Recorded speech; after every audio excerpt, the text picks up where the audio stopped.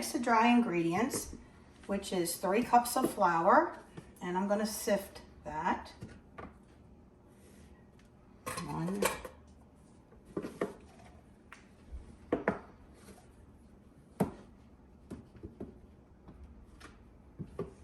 2,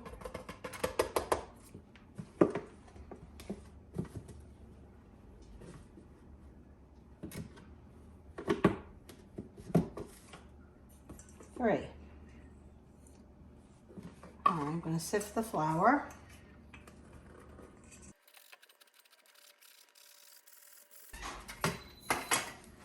We're going to add 3 teaspoons of baking powder.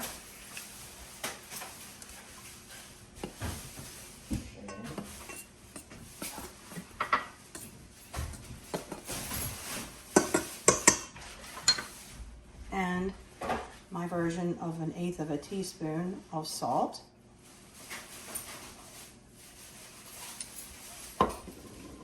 Okay, these are the dry ingredients.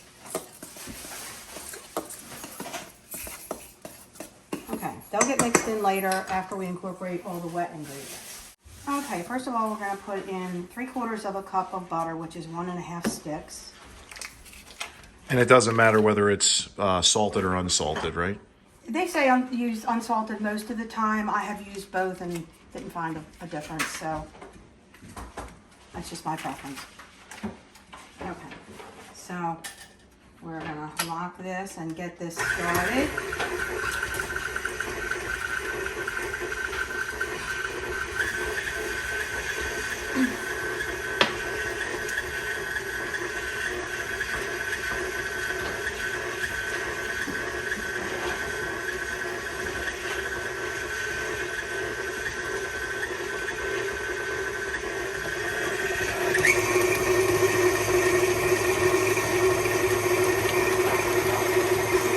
Next thing we're going to add is the sugar.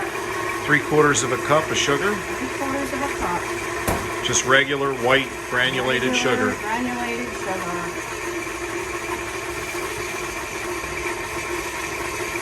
Okay.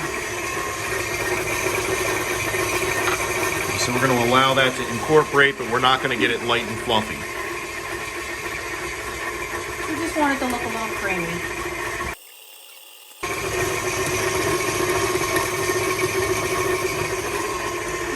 Start incorporating the eggs one at a time. 1, 3 eggs.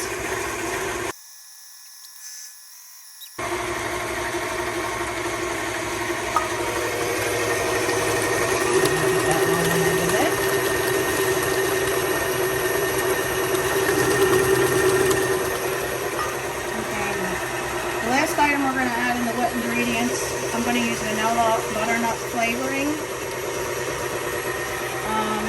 I like it more tasteful, so I want to add 2 teaspoons instead of 1.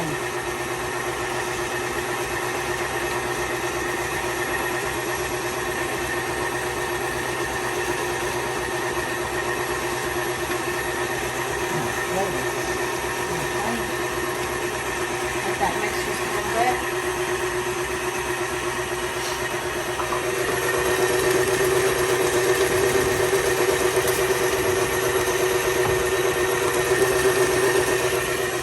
Slow it down a little bit because I'm going to add the flour. I'm going to add the flour slowly.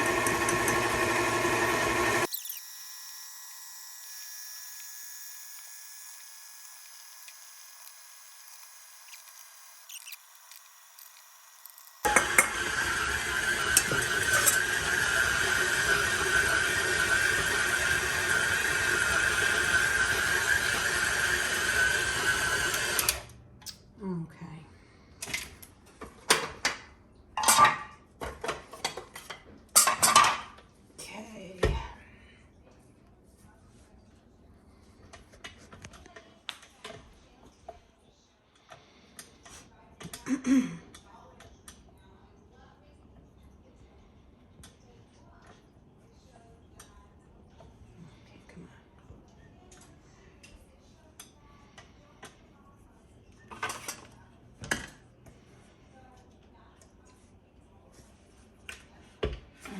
me get this off of here. And I get underneath with the spatula to make sure that everything's mixed real well. So get around the sides and get around the bottom. You don't want to see any flour on the bottom or any butter. You want everything to be incorporated together. Okay.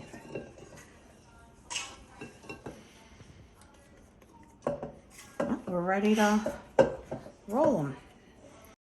I may put it in the refrigerator for a few minutes just to make it workable.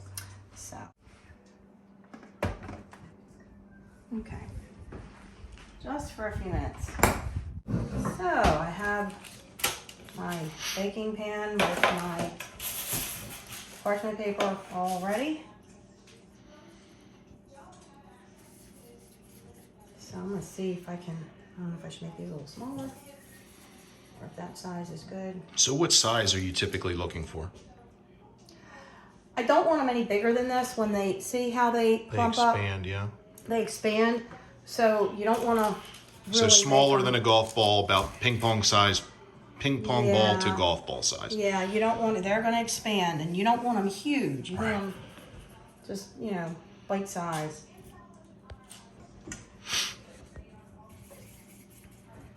Okay, and all of these are going to get rolled into balls, and we'll have 2 pans. I'd like to get 48 out of these, but I may only get 43 like the last group, so we'll see. All right.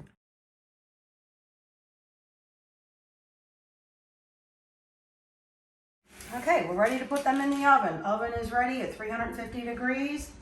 Luckily I have 2 ovens. I'm gonna put these in the bottom. So on the top for, I'm gonna see how they look after 15 minutes. Kitchen timer. Oops. 15, okay. Okay, 15 minutes are up, and let's see, let's open the smaller oven first.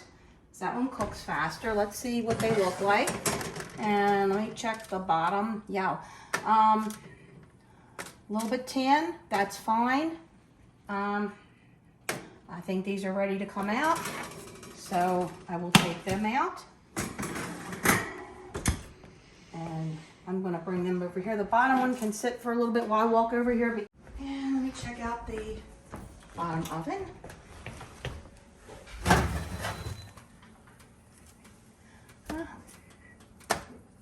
Still a little light. I'm gonna put them in for an extra minute, just to make sure. For a minute. So let me double check and see what they look like. Of course they're cracked on the top, they always are. Not a problem. I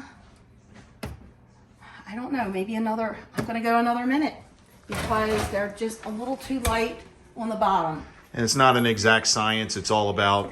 It's all about your oven, how big they are. So I'm thinking I want to go an extra minute. I want them a little bit more brown, not brown, but tan on the bottom. Okay, we added another minute. I think they're going to be done. So let me go check.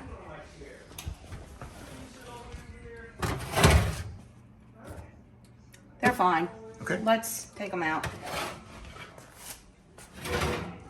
Don't want them burnt, but don't want them completely white either. Okay, so I'm gonna leave them here because they're really hot. Let this cool down a bit. And then after they've cooled enough to the touch, they're gonna go in here and then they're gonna get ready to get iced once they've all cooled down. Okay, we're gonna make our icing, and this is just a classic icing recipe. It's butter. It's 2 tablespoons of softened butter. We're gonna put that in, and then we're gonna take our powdered sugar, and we're gonna put that in a little at a time, and we're gonna, it's kind of a process where you mix it and see what it looks like. And so this is what we're gonna do. We mix it, 1/4 cup of milk. We're just gonna do a couple drops at a time.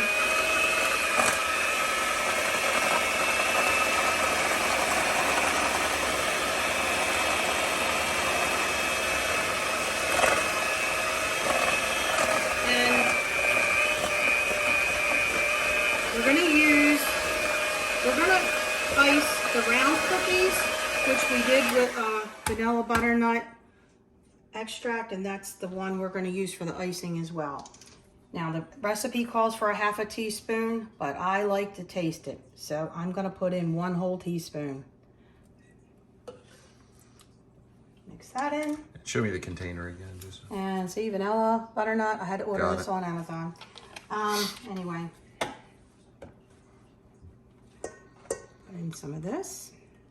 And it's just kind of a process where you mix the milk in to make it liquefy a little bit, but you don't want this as a hard icing. You don't want this like a cake icing. You want it a little softer.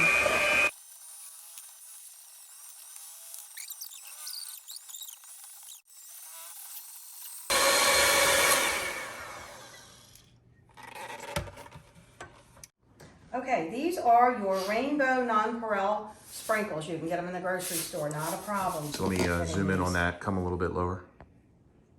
Okay. Okay, what I like to do is I like to put them in a shaker bottle because you'll Lower. see it's much easier if you put them in a shaker. So what we're gonna do, we're gonna dip the top a little bit. Use your hands. It's gonna cover all those cracks. Immediately put the sprinkles on because if you don't, they won't stick.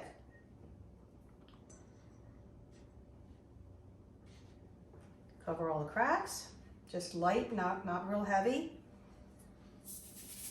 Sprinkles, as many as you want. Mm-hmm.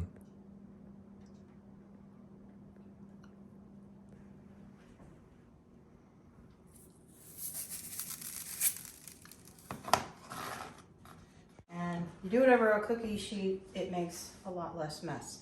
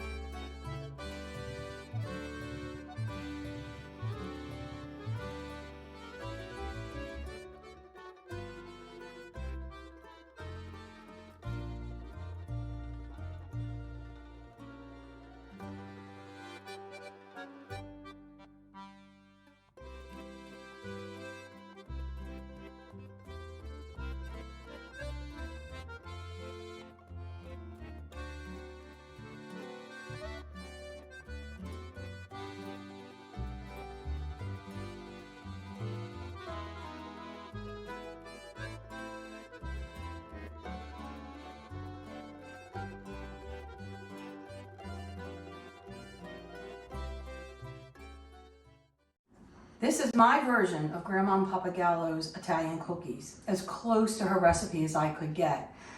I cheat a little bit when I do these, the filled cookies, because this is so much easier to do.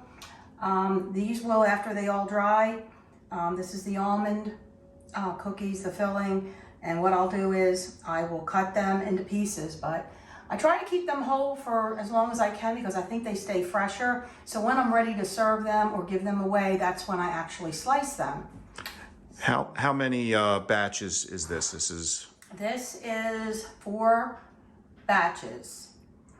This was 1 batch, 2 batch, 3, 4. And you can freeze them too. You can throw them in the freezer. Yeah, and I have done that and they have tasted pretty good when they came out. So obviously if you can't eat them all, that's what you do. Great, okay. So this is my tribute to my grandma, Pappagallo. And every year I make these and I think of her and I have great memories of her cookies. And I hope everybody else does too.